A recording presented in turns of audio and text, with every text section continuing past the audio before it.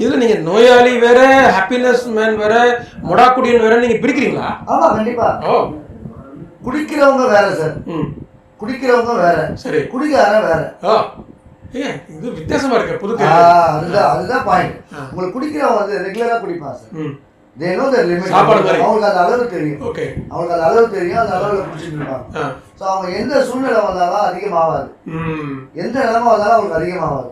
அவனுக்கே ஒரு அளவு வச்சிருப்பான். ஆமா, அந்த அளவுனா அந்த அளவு. ஸோ அந்த சூழ்நிலை அது மாறவே மாறாது.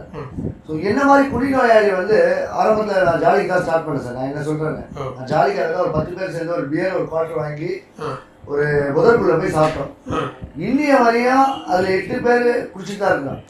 2 பேர் தான் நாங்க மதுக்கு அடிமையானோம். ஏன் நாங்க அடிமையான கேள்வி புரியவே இல்லை. நானும் சந்தோஷமா தான் குடிக்கணும்னு போறேன், அளவா தான் குடிக்கணும்னு போறேன், என்னால முடியல. புரியுதுங்களா? ஸோ அப்படி இருக்கும் போது எனக்கு மட்டும் ஏன் அப்படி நடக்குது அப்படின்ற கேள்வி எனக்கு திரும்ப திரும்ப திரும்ப உதிச்சுது. எனக்கு இந்த குடி ஒத்துக்கலன்றதை நான் ஒத்துக்கவே இல்லை. இது ரொம்ப முக்கியமான. ஆமா, இந்த குடி ஒத்துக்கலன்றதை நான் ஒத்துக்கவே இல்லை. இந்த குடிக்க குடிக்க குடிக்க எனக்கு பிரச்சனைகள் அதிகமாகவே இருந்த வழிய கம்மியாகல. நான் ஆரம்பத்தில் படிக்கும்போது எனக்கு பிரச்சனையே கிடையாது. அக்கேஷனாக ஸ்டார்ட் பண்ணேன். Christmas, new year, Deepavali, Pongal அது மாதிரி ஸ்டார்ட் பண்ணேன். அதுக்கப்புறம் வாரம் ஆச்சு, அதுக்கப்புறம் டெய்லி ஆச்சு, அதுக்கப்புறம் 24 வாரம் ஆயிடுச்சு. எனக்கு மட்டும் தான் ஆச்சு. நான் அவங்கள பாக்குறேன், அவங்க குடிக்கிறாங்களே, அவங்களால முடியும் போது என்னால முடியாது அப்படின்ற ஒரு போட்டி. அவங்க கூட காம்படிட் பண்றேன். அவங்க ஒத்துக்குது, எனக்கு ஒத்துக்கல. இததான் வந்து 1950 மருத்துவ ரீதியா டிக்ளேர் பண்றான். இது ஒரு நோய். 10 பேர் குடிக்கிறாங்க, கண்ட்ரோல் மீறி போறது நோய்ங்கிறாங்க. நோய், அடிமை, மதுக்கு அடிமையாவது ஒரு நோய் சார். கட்டுப்படுத்தி குடிக்க முடியாத குடி வெறி ஒரு நோய்.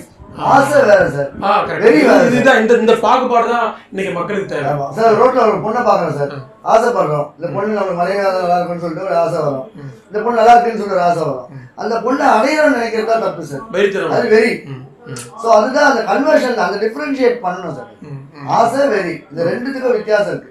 இந்த ஆசை வந்து சாவர வரையே இருக்கும். கண்டிப்பா எனக்குள்ள இந்த ஆசை இருக்கு, எனக்கு குடிக்கணும்ன்ற ஆசை இன்னைக்கு இருக்கு. ஆனா குடிச்சா என்ன நடக்கும் எனக்கு பணம் ஓடிட்டு. இதுதான்